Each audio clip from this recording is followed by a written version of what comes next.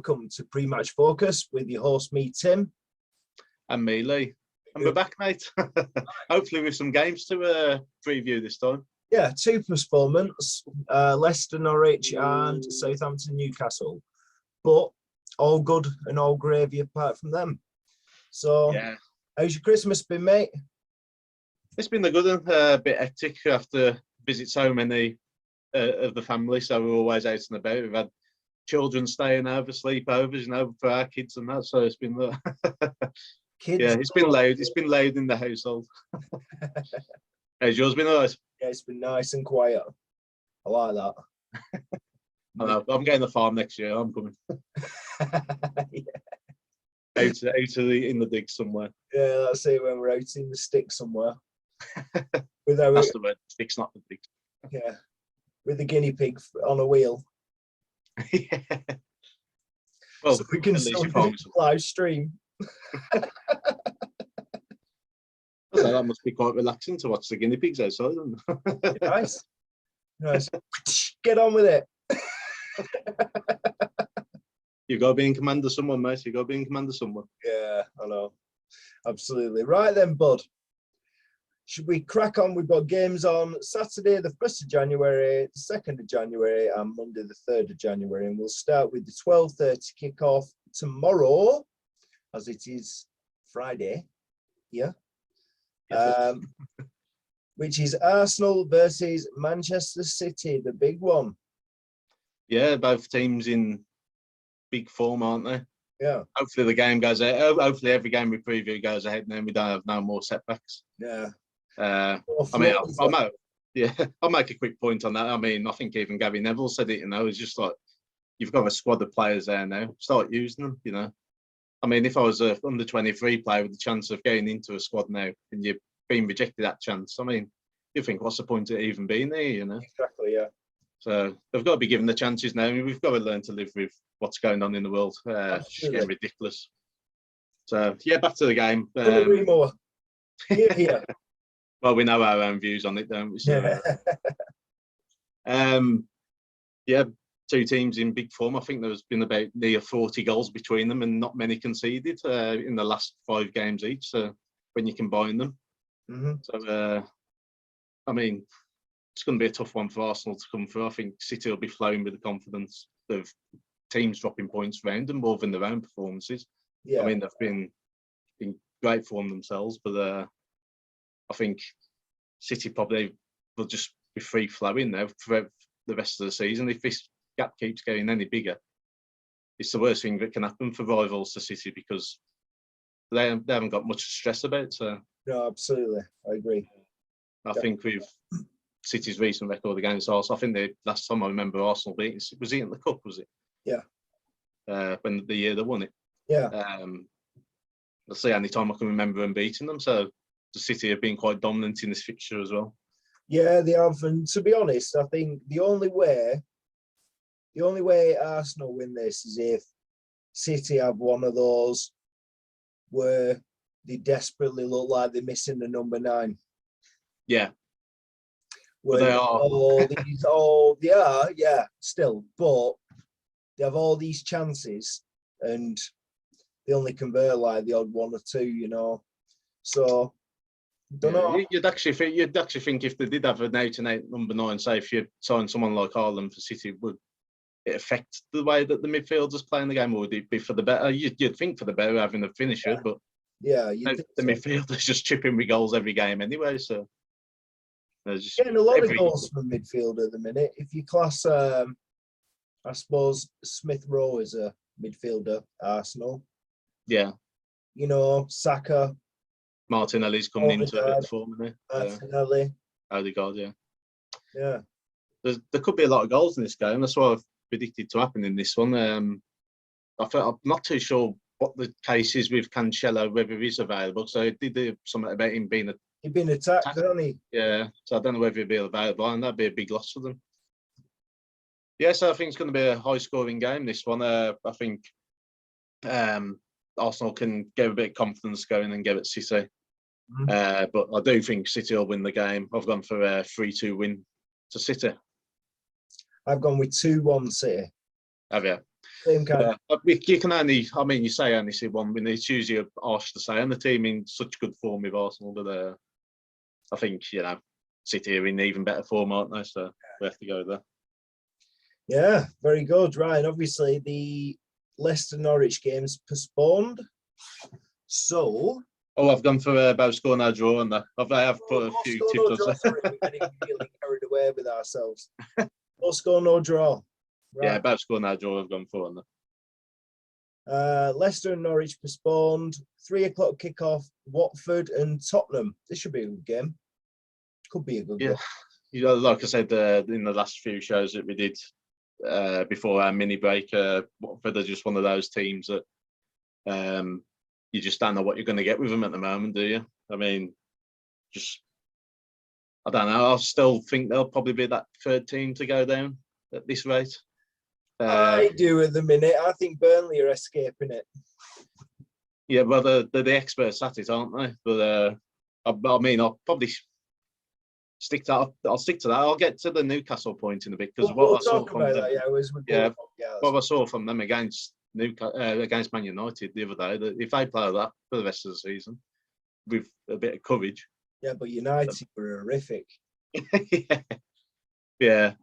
Well, from a fan's point of view, you'll definitely say, but they were. I mean, everyone said they were bad. Even I saw that myself. They were horrific, mate. It was awful. If you can put teams under the cosh like that, it's going to be interesting. Things are opening up again now. I think after even. When we mentioned doing the championship special as well, look how that league's opened up now. Oh yeah, massive.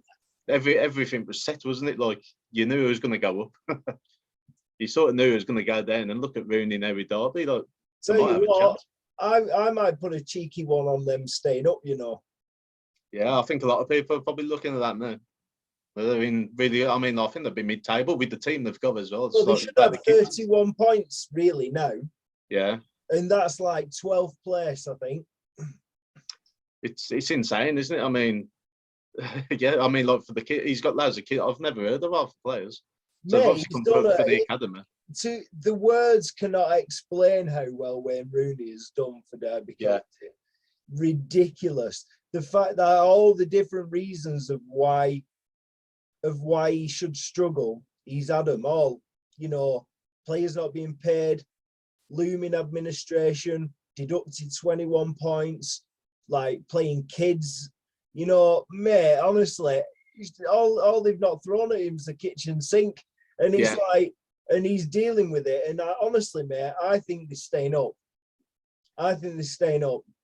It'd be nice to say, I mean, I think there's too many big teams going down to League One and some of them just get stuck there. I'm so glad that when Wolves went down that they got straight back up. Yeah. We could have been rotting there, to be honest with you. I'm amazed no one's wanted to buy Derby.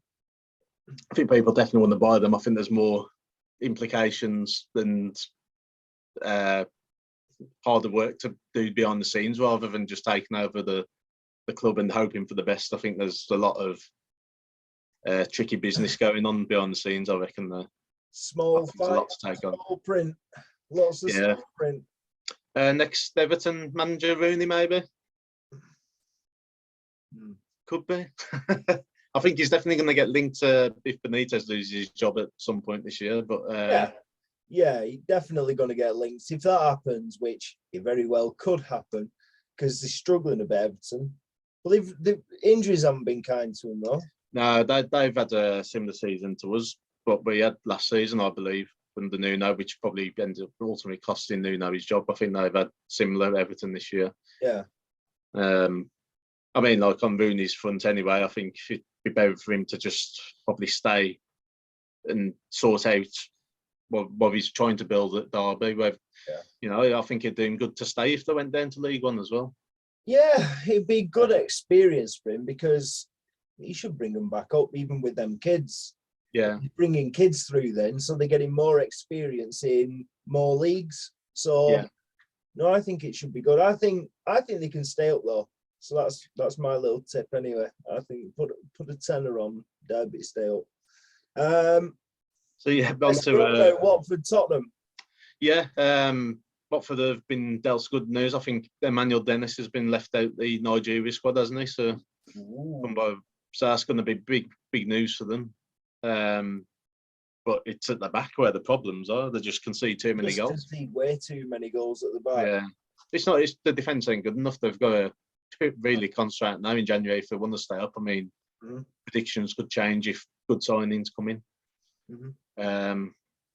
But Conte effect. Yeah, and they've been undefeated, haven't they? Spurs under Conte in the league, so Like United under Ranić. Just about. No, I mean the new manager bench at certain team. I mean, it hasn't really worked for Ranieri in that sense, has it? But I was going to say that new manager bench for most teams recently have been getting the teams up the table, haven't they? So you had Gerrard at Villa. Dean Smith. Yeah, they obviously dropped a bit back off again, haven't they? They had a good first few games under him, and then it's all come crashing down on them again now. I've seen an article, like a bit of an insider on Norwich, saying that, you know, like the players don't believe that they'll stay up, so that's half the battle lost already there, isn't it? So you've got to believe. Yeah. And I think they should be after the little run they had to bring themselves back out of nowhere. Now it looks like they're doomed again now. So yeah, it's a shame. It is. I mean, I can't see Watford getting anything out of this game. I think it's going to be tighter. I don't think they're going to lose how they lost to West Ham. Spurs were unlucky, I thought, against... I mean, say unlucky, I mean, I was up against 10 men in the end. But I thought the decisions that went against them were harsh for the 2 goals they had ruled out. I think Kane's one, it looked onside to me, to be honest with you. So they've got that far by a hairline offside, I don't know. No, I know. And then the second one, I think he come off the back heel of Doherty, or off the keeper. Yeah, he did, yeah. He dropped it. So he just made an absolute mess of it, to be honest with you. Fraser Forster, he's like 6'6", is he? Something like that. Should be dominating in the air with things like that. So. It was a hash, that. Yeah. Big time. I mean, what are you saying? What are you saying? I've gone for 2-0 to Spurs on this one. I've gone with the same deficit, 3-1 though. Yeah, Watford are definitely capable of scoring goals up top, aren't they? Spurs probably haven't been so assured defensively as they could be, but I think Conte is sort of getting that into. I think if they get clean sheets here, you'll see a bit more consistency in their defence. I think he'll be aiming for the clean sheet here, knowing that Watford are very capable of scoring. Mr. Defensive, and what's your tip for that? Just going for the 2 players to get booked on each team. So it's, one player on each team. Kuchka and Højbjerg to keep an eye on for a booking. Okay. Cool. Right, and the 5:30 kickoff, which is Crystal Palace and West Ham. Yeah, I was watching both of these guys. I mean, like, you can't watch them both at the same time, but Amazon had that little score centre where you can split where it'll go onto the chances, and yeah, there was both doing fairly well. I think they both scored about. Did Palace win 3 or 4-1 in the end, something like that, or 4-0? Yeah, some 3, 4, 3. I think it might have been 3. I'm not too sure. It might even. I can't remember, but there was that many goals going in at the time. You know, wasn't it? I know West Ham won 4-1 at Watford. Yeah.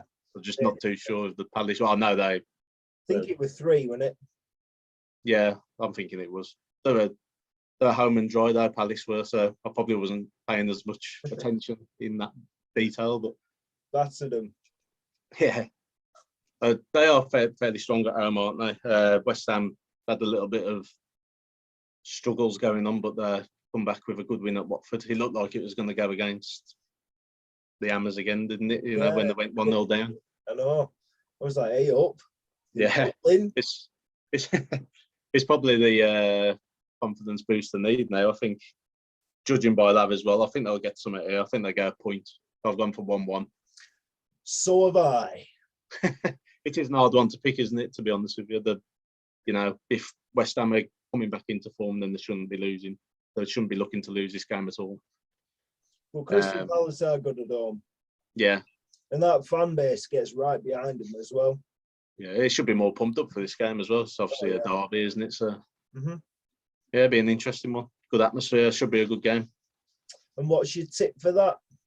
I've gone for both teams to score in that one. Both teams score. Right. Sunday, the 2nd of January, 2:00 kickoff, 3 of them. First up, Brentford and Aston Villa. Oh, we got Brentford after I was going on to the Everton game. Oh, yes. Oh, yes, sorry. It is the next one on my list. I was just looking. Just completely missed it.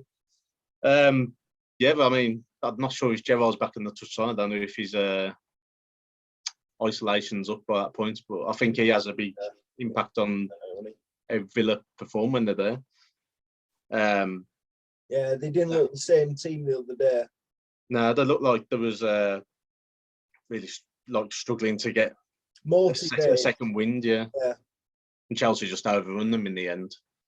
But yeah, I think Villa will win. I've gone for them to win this game, and that will be my tip as well. I think that's the better odds I can find on for that game as well. I mean, Brentford lost the last 3 home games, including a cup game, but against good opposition. But I think Villa under Gerrard, I've seen them against Norwich away from home. They seem to look a bit more comfortable away from home against these type of teams. So, I mean, just tried to hold their own against Liverpool. Didn't create too many chances when they lost 1-0 there. But, yeah, I can only see a Villa win, to be honest with you, for this one. What are you saying? What are you saying? I'm saying 2-1 Villa. I'm saying 2-1 Villa too. Oh, yeah. I knew you was. It's a tough one when Brentford have sort of like picked up again, but they have played good opposition as well. They picked up and then they played good opposition, lost the last 3 home games. Yeah. And then will it give them a bit more of a negative effect on the game? I think Brentford are on the slide a little bit now. I think Villa, they just need a kind of a flow. When they get the flow, they look really good. You know, it's fast. They're obviously winning the ball back quickly. But when they've not got that rhythm and got that flow, and obviously Gerrard does help that on the sideline because he demands so much. But it's a tough thing to kind of ask a team that's not really like that to do that week in, week out. So, and there's always going to be teething problems. So basically, what I'm kind of getting at is, you look at United. You know, there's a way that they're wanting to be playing now under Ranić, but these guys have been playing like that for at least 3 years. Yeah. So if at all, so you can't just expect like next Tuesday it's all going to go fall into place and everything's going to be like. Yeah, I mean, it doesn't look so much different under Ranić in that sense, does it? And I think with the good thing about what Gerrard's put into Villa, there's they've wanted to play for him more than anything, rather than, you know, yeah, his match tactics have obviously given him a bit more belief, but I think there'll be a team to watch out for next year in terms of challenging the top 6. I don't think it'll be their year this year for that. I think he's just trying to find the good and bad of what he needs to sort out there. I think he's a good man manager, definitely. But I think, you know, he's probably fairly clued up tactically from what we're seeing. So the players are obviously buying into it. They've got some dangerous players, and then I don't only imagine they'll back him in the summer. I don't think they'll give him too much to spend in January unless he wants one maybe standout player. But I think they'll save that for the summer and then build on from there. I think they'll do all right, Villa. I reckon they'll finish about 8th. Yeah, I think top half, he'll be happy with just top half full stop this season. But I think next season they'll really want to pressure those players into challenging Europe, because I think he's got players there.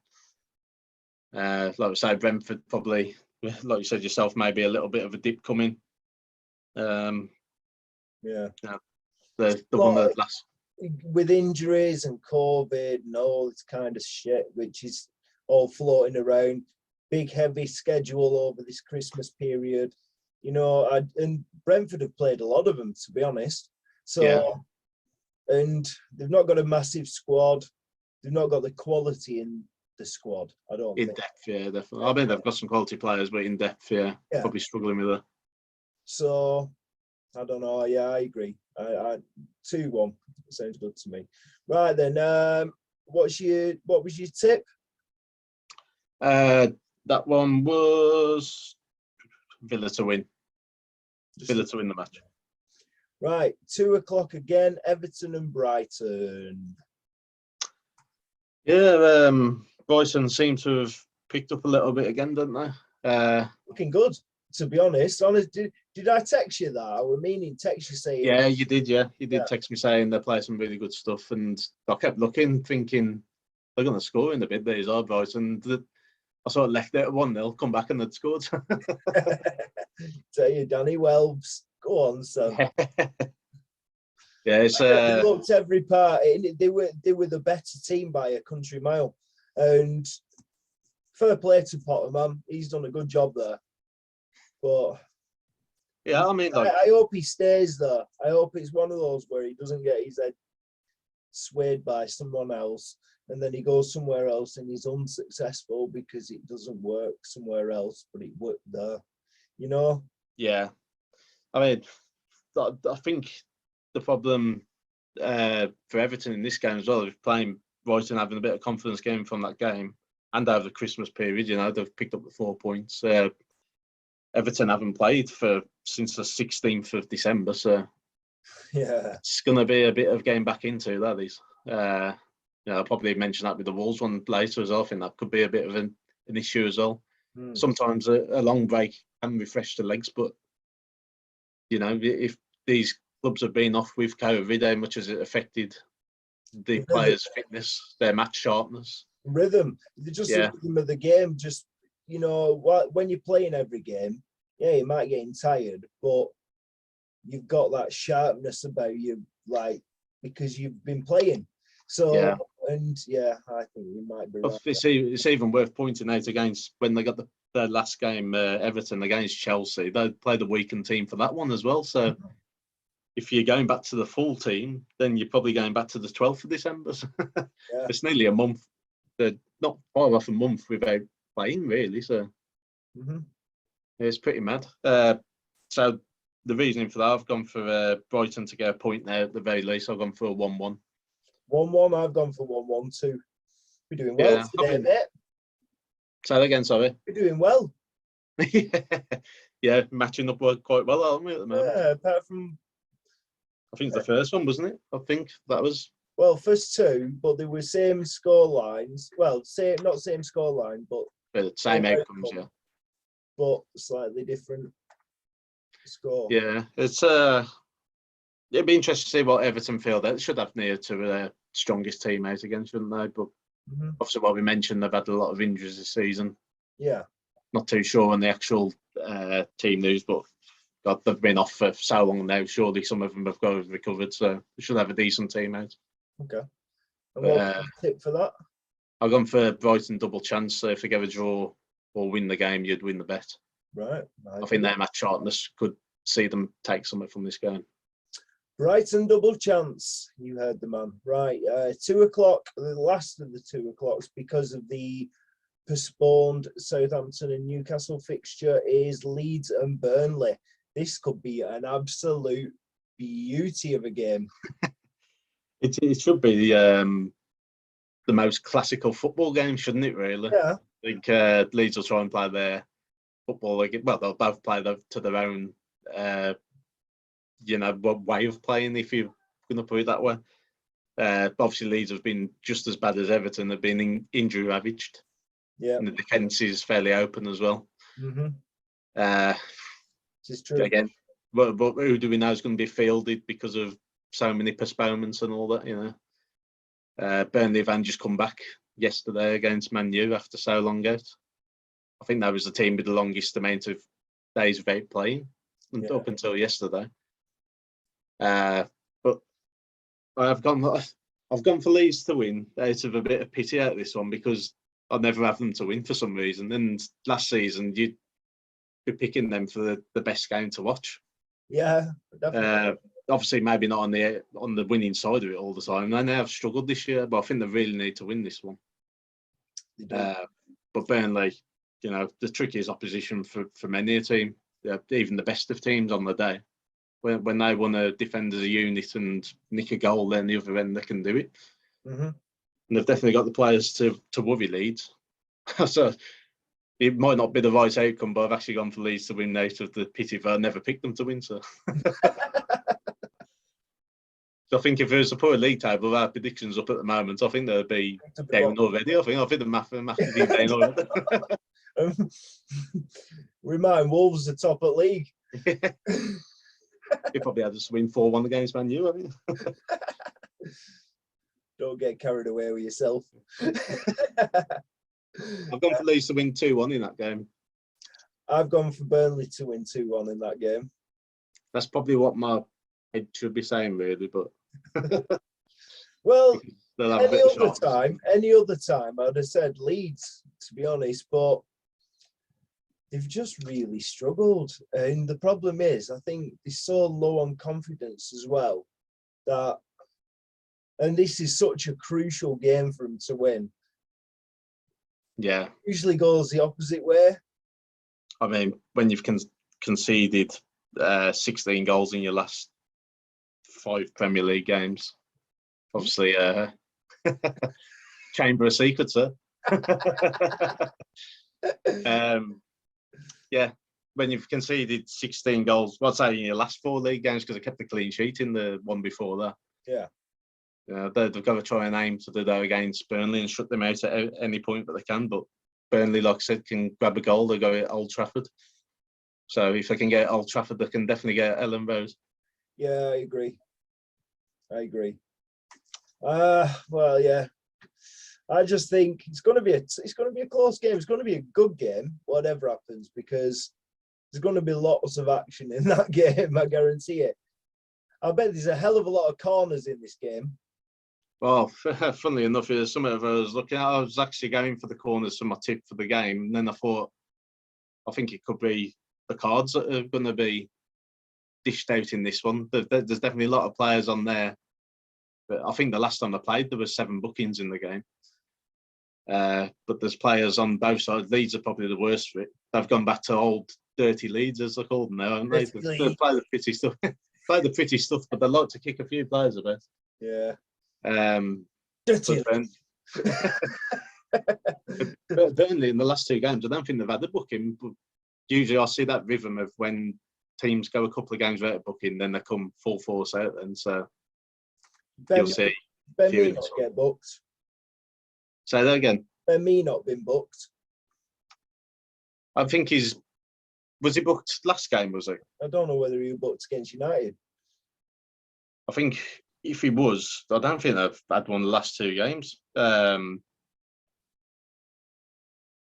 there was no cards yesterday game against Man U. He usually is one to pick up a booking, so you could probably keep an eye on him for it. I mean, anyone in the Burnley team, even Chris Wood, could get a booking. Oh, yeah. He's all right. I'm for him, though. Yeah. I mean, he'll be up for it as well against his former club. So made Maguire look like a little boy. Yeah. No, I think it'll be tasty. I think Kevin Friend's the ref as well. Likes to be nobody's friend. Old Kevin Friend. Start booking everyone. So I've gone for over 45 booking points on that. No worries at all. Right. So as I said before, postponed is Southampton and Newcastle. So that leads us to the 4:30 on Sunday, which is Chelsea versus Liverpool. 2 out of form teams. Who thought we'd said that this season? I know. In terms of what they should be achieving, I mean, they've basically killed the title race now, haven't they? But they've blown wide open the top 4 challenge, I think. Yeah, because I'll tell you what, it's like my heart's saying United,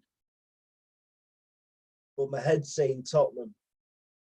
Yeah, I think Tottenham, if they can take advantage of their games in hand, then they're going to be in the driving seat, aren't they? And they're probably just edging Man U on their style at the moment. I'm not seeing enough from Man U, but like you say, it could change. It could just click. United looked good yesterday, though.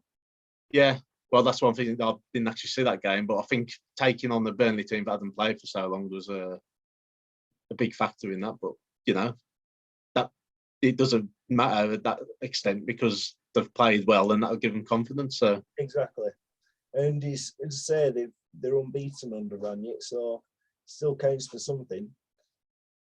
do you think with Chelsea then? Do you think they've just been found out because they just can't seem to win at home now? And they made hard work of it against Leeds as well. I just think they've been found out a little bit because he was swapping and changing before, and everything was like pulling off, and you're thinking, God, this guy's legend, and then they've got a couple of weaklings in there for me, and I think Jorginho is a massive weak link in that team. No, this season, no.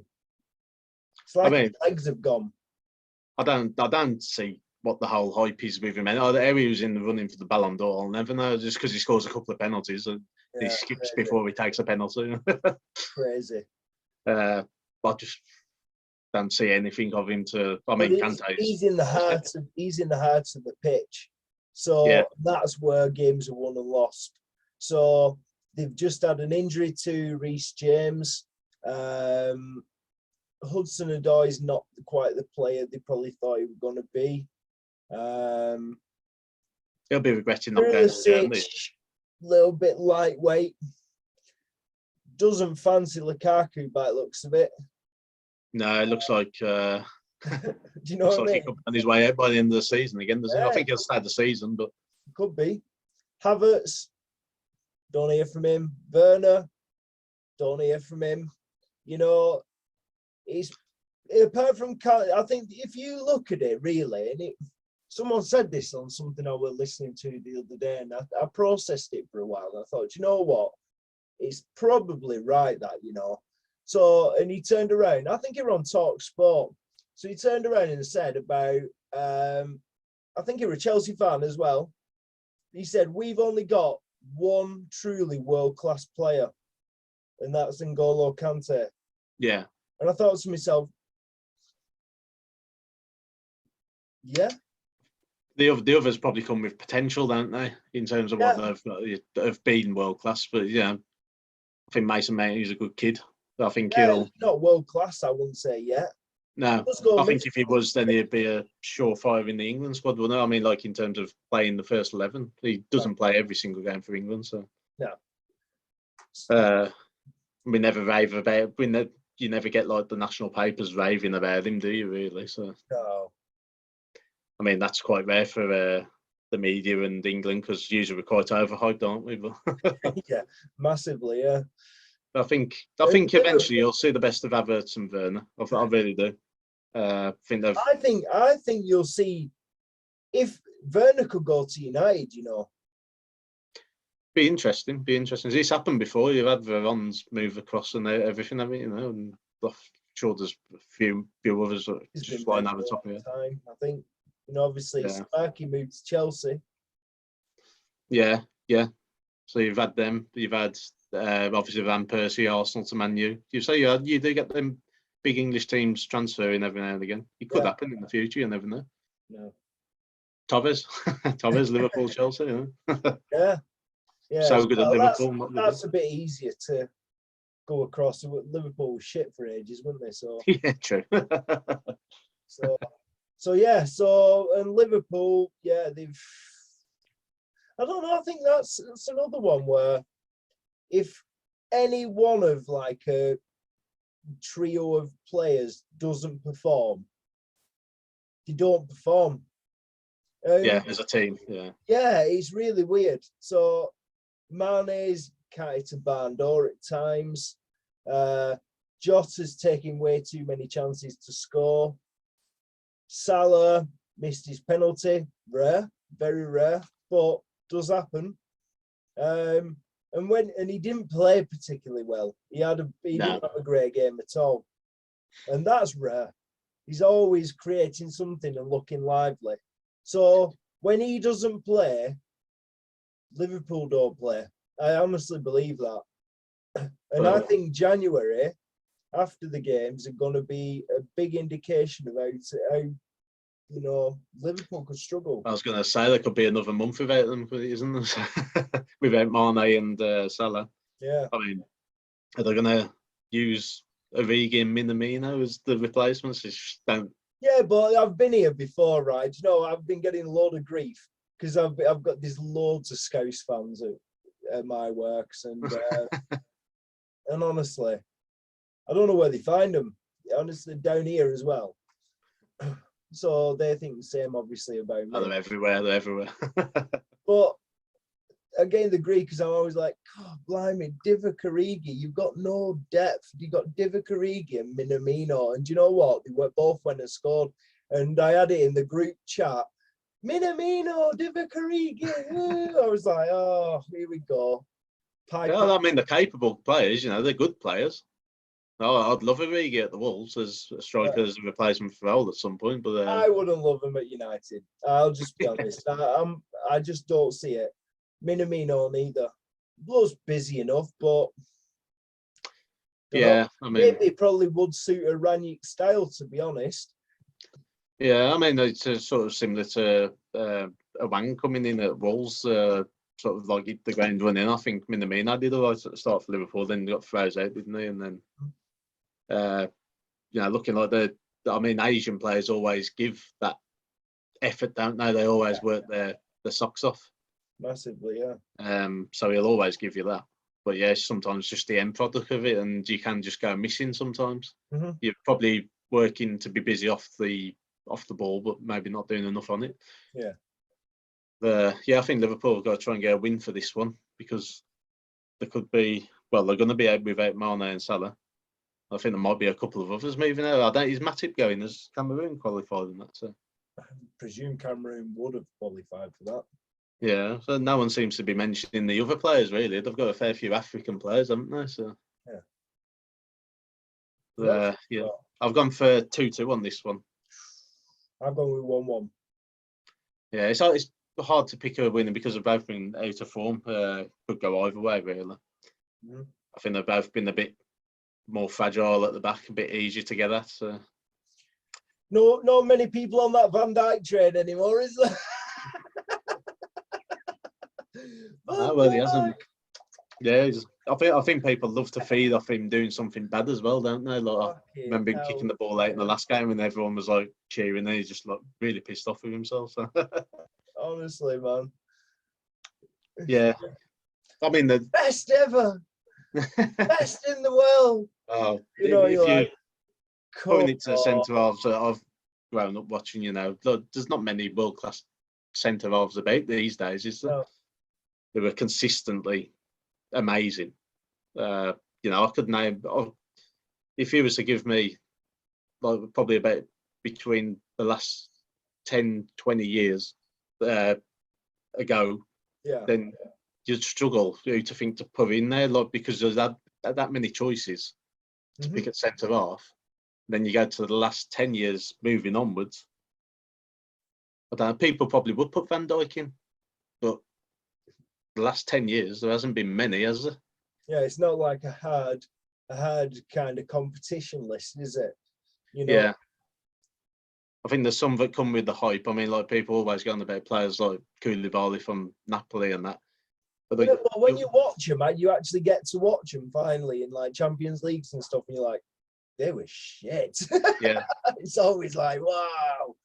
I'll say if this guy, Napoli are a big team, but if you was to see someone there and say they're world-class centre-half, as in Koulibaly mentioned him, surely he'd have moved to a big club now, like an even bigger club.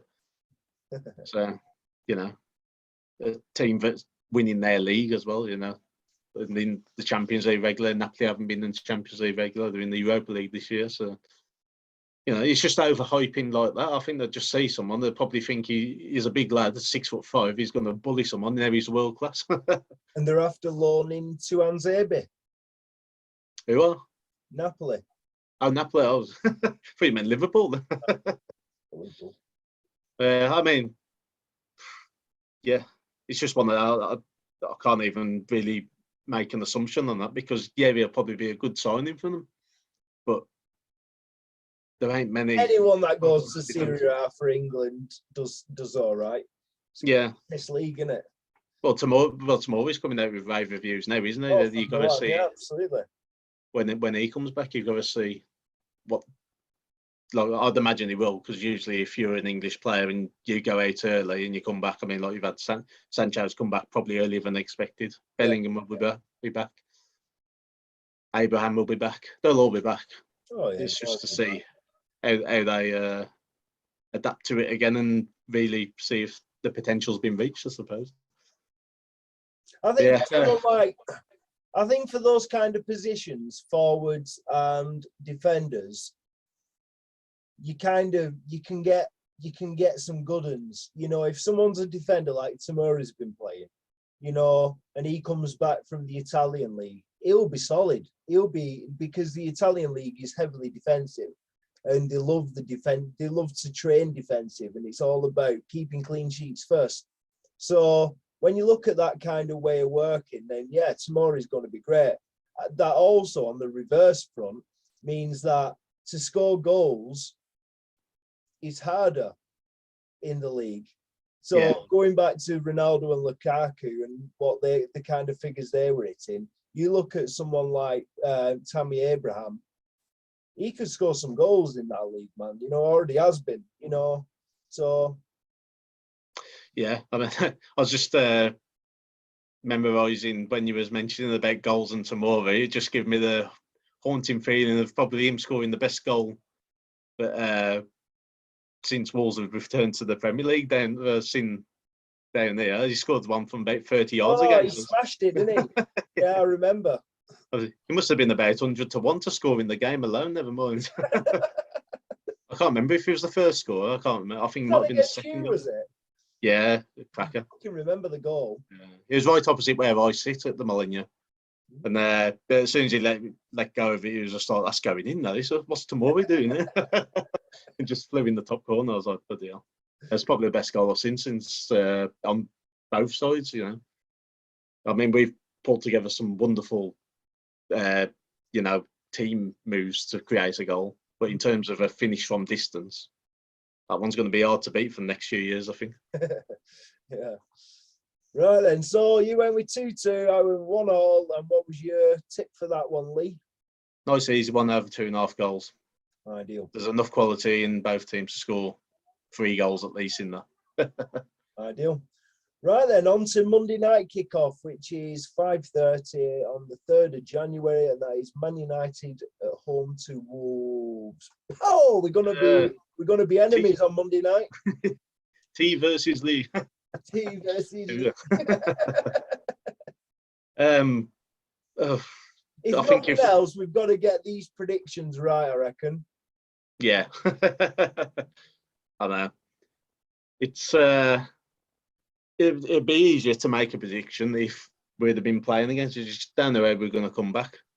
No. I think Man U will, obviously, like I mentioned, against Burnley, they've got the win. That's the confidence there. They'll feel a bit more at ease against Wolves now. Mm-hmm. It just depends how we come back. I think we'll still come back as a tight unit, hard to break down. Just got to try and get up the other end of the pitch and hurt opposition, you know. And like I mentioned about world-class defenders, and that, I don't think there's much you should have to fear in terms of attacking big teams these days. But obviously, when you've got the quality down the other side of the pitch, you've got to be very careful of that, you know. With Man U's quality on the other side of the pitch, you know, they can score out of nothing. It's going to be a tough one. It's going to be a tough game, mate. It's going to be, for United, it will be. As I say, well, I think on both sides it'll be a tough game because Ranieri's definitely showed things up. They look slightly tighter as a unit. They don't look like they're going to concede half as many goals. Yeah. And this 4-2-2-2 thing, which is going on, it's going to take some getting used to for them. But they seemed a lot better, you know. I think Matic and McTominay in that system which they're playing worked really well because all of a sudden it just makes you wonder why McTominay doesn't play like that all the time. He could have had 3 absolute worldies and he scored 1 and one of them was saved, which Ronaldo ended up converting. He just taps it in. And then there were another which he tipped over the bar, the keeper. And I tell you what, all three of them were mint. So you start thinking to yourself, when he plays with Fred, does he feel like he's got to kind of, cover for him, yeah. For Fred more? He shouldn't have to, because Fred's been put across as the type of player as a Conte should be zipping about everywhere, isn't he? So, like, mopping up. Yeah, but he's shit on the ball, isn't he? That's the problem. He is, honestly. I reckon if you turned around and went, all right, Fred, I want to ask you a few questions. Yeah. Right, just a quick one. Are you shit on the ball? And he'd probably go, yes, I'm shit on the ball. And because he is shit on the ball. Everyone must tell him he's shit on the ball in some kind of jest. You do with your football mates. Come on, mate. You're shit at shooting. He scored against us with a decent shot. Everyone scores against us with a decent shot. No, there you go. Then that just says it all, doesn't it? East London Farm scored against Wolves. He never scored in his life before. But I think these few players now, which are starting to show. I don't know. It's like I think they can see it. Tell you what, Bailly, if he could play every week, I'd play Bailly every week. I'd play Varane and Bailly. That'd be my back two. My centre back pairing. Bailly and Varane, mint. Yeah. Mint. You won't be getting past them. Maguire is too shaky and he's low on confidence. He's really struggling, and the problem is, it makes United a weak. It gives United a weak area in between, because the problem is Luke Shaw does sometimes go missing. You go, where the fuck's Luke Shaw?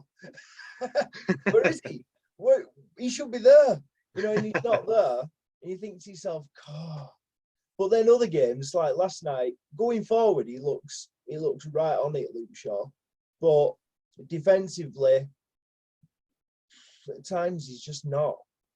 I'd like a balance of Tellez and Shaw. It'd be nice. It's like on the other side, I'd like a balance of Wan-Bissaka and Dalot.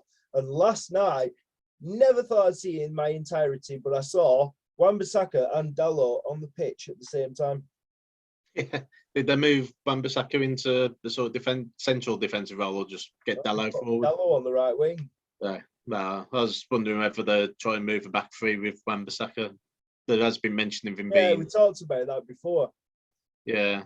I'd have done that, but the problem is I don't think his aerial quality is that great. Yeah, I think with a three-man defence you can sort of get away with that. Yeah. Depends what opposition you're up against, whether you're going to be facing crosses all game, or maybe that's where that difference will come in. But if it's against a team maybe like Liverpool, who play more on the floor on the attacking front, then maybe it would suit him, that type of position. Mm-hmm. But hey, I tell you what, I seen that stat about Jose Sarr being he's been the best keeper or something, hasn't he? Yeah, I was really worried. I mean, like when you lose someone of Patricio's quality, I think you're always worried about losing the goalkeeper who's been so consistent for you. Yeah, definitely. But he's actually turned out to be, if he carries on like this, he's turned out to be miles better than Patricio than you'd think. He already is, in my opinion. I said to you weeks ago. So I tell you what, like this Jose Sarr kid, he's a good kid. It's not just that. Apparently, he's a real character in the dressing room as well, like really confident lad. So that's good to hear, because you need that in your goalkeeper. I mean, there's some that are a bit sheepish, aren't they? And they're never going to command anything. Yeah, he's quite commanding. He's good aerially. Makes some really good saves. Saved us a fair few points. He's been one of the reasons why we keep so many clean sheets recently. Mm-hmm. And not just the defensive team as well, who's put himself in there. So I like it. Yeah, hopefully he continues it, because I think that's the one thing that may play in your mind now is just like you do get players that have this form, then it might dip off and then they can be affected. Let's hope he's got that character not to be. Mm-hmm. If it does matter, because he has had a few brushes with. He hasn't conceded from some of the things he has done. I know, it's just a bit too erratic at times. Yeah, he's recovered him well.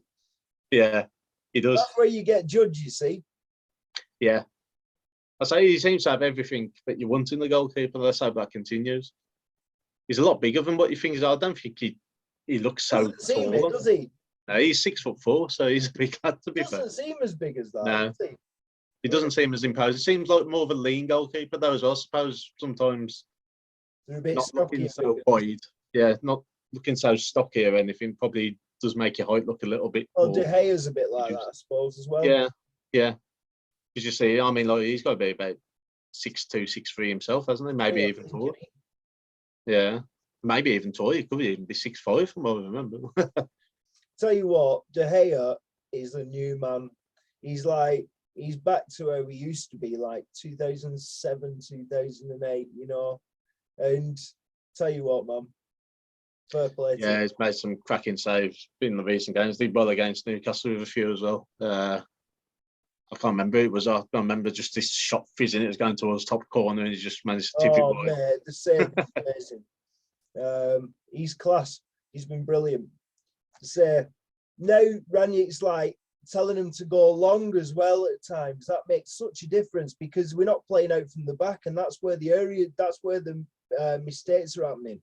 From Maguire being too slow on the ball, and he just goes sideways, and I get sick of seeing it. It's like it hurts my brain. I'm just like, and then everyone turns around and says he's a good passing defender. Oh, it's awful. Break the lines, like, you know, but they can't do it. So when I saw De Gea last night going long a couple of times, obviously Cavani gets up there or whoever, you know, Ronaldo at times, you know, and thinking to myself, that's a nice change, that. It's a nice change to not see it break down in some midfield all the time. You know, that'd be something for you'd want, really, because you've got Ronaldo, who's one of the best in the world in the air. If he can go on to a nod on, and Cavani's getting in behind, who's one of the best in the move for his off the ball movement. Exactly that. Things like that. I hope it keeps with Cavani and Ronaldo up front. It definitely works. Yeah. I said it to you ages ago, didn't I? I said I want to see a pair of them up front together. Yeah, and when you did, I remember being on holiday and they played Spurs and they absolutely tore them to shreds. So I think it was about a week or two later that it happened after you mentioned it. And then they didn't play him again. Like, that's why he got sacked. Yeah, it is. Yeah. Someone listening. One of them 17 views are listening. Exactly. I've gone for United to win it 1-0 just based on the fact of match sharpness. Oh, you were going to back your team. You're going for that whole, I'm going to bet against my team so that they win. Yeah. Of course. The opposite way, and Tim's going to give my Wolves a good review like he always does. Not today. Backing my team today, kid. 2-1 Man United. Oosh. Well, so we'll see if my reverse psychology works then. I think if we'd been playing, then we'd have probably picked up some results. So I'd be confident.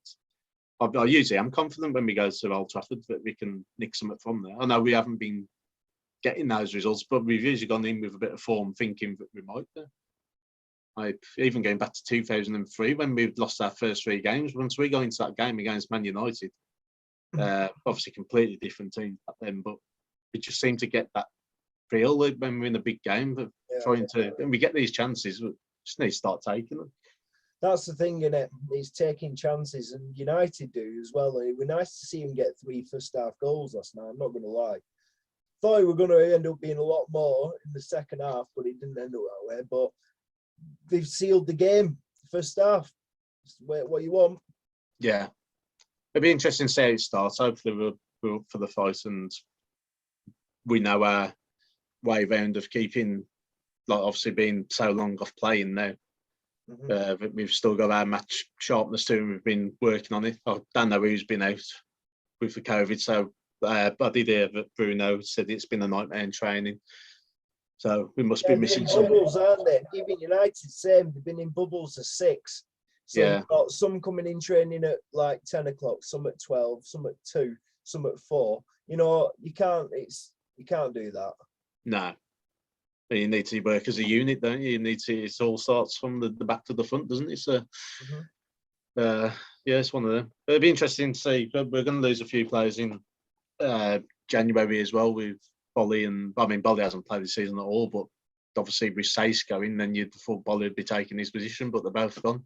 Yeah. So we need to sign. He has mentioned we'd have to sign a defender. So we've had our money finally for Diogo Jota of Liverpool. Yeah, you said that before. Finally, that's good, isn't it? Yeah. Took the time, didn't they?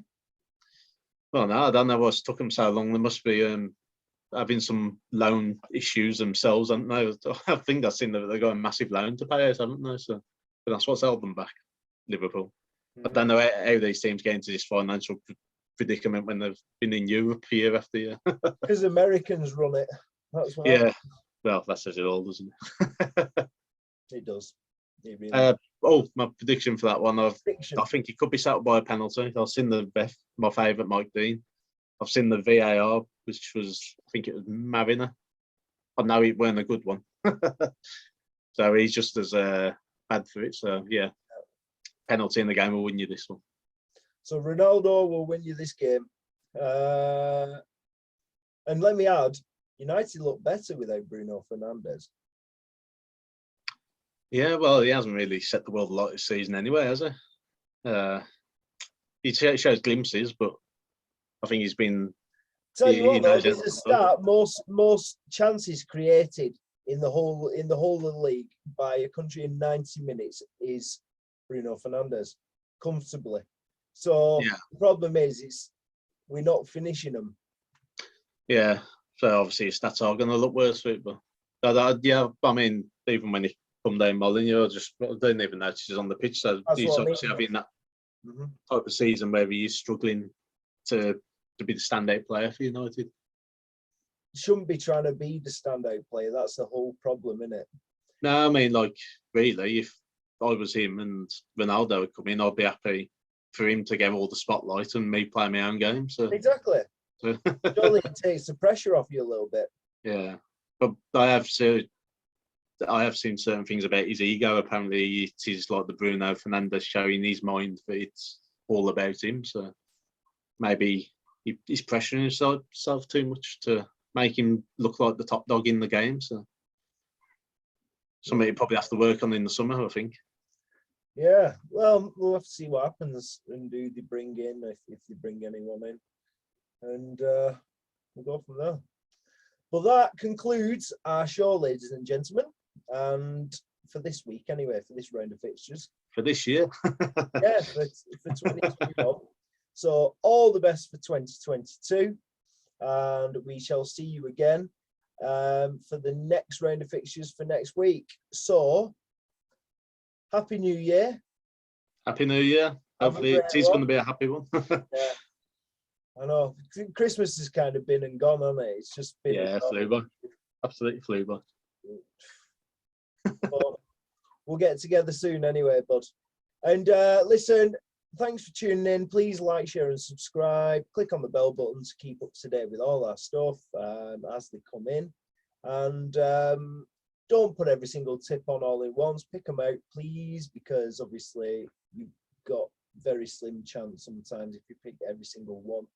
Pick a handful out of each one, different ones, you know, and I think you'll have some joy. He's done quite well over the course of the season. So may it continue. Happy betting, happy football, happy New Year. Happy New Year. See you later. Take care.